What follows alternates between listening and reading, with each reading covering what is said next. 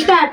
আমাদের কথা বলার আছে বলছো, অনেক কথা বলার আছে। আমাদের একটাই কথা কি, আমরা দুনো ভাই রোজা রোবো না। রোজা রোবো কাটুল না। এবার বিচারটা করো মোড়ল সাহেব। মোরল? এটা মোরল? কেন? আমরা তো পুরোটা সমাজের কাজ করি, আর তোমরা আমাকে আবার মোড়ল বলছো না?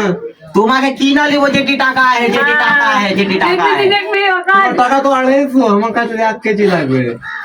250? অনেক টাকা আছে। তোমার মতন বাড়ির লোক বিল্ডিং খাড়ো করে দেবো 3-4টা করে। আমরা বুঝছাই পাবো না ভাই। ফালতু কথা বলে।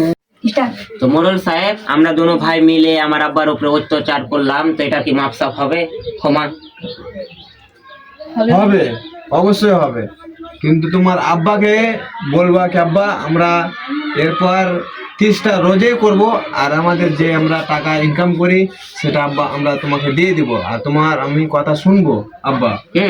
আমরা এবার পয়সা দিয়ে দেবো আমার আব্বাকে, আর 30টাই রোজা করবো। 30টাই রোজা করবো। আচ্ছা ঠিক আছে। আমার আব্বাকে বলে দাও তুমি এখন।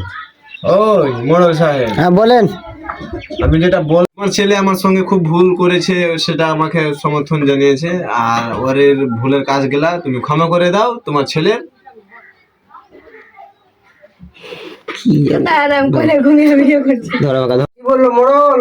কানে কিছু ঢুকলো না ঢুকেনি? না ঢুকে কি রোয়াটলে ঢুকাবো কি এবার?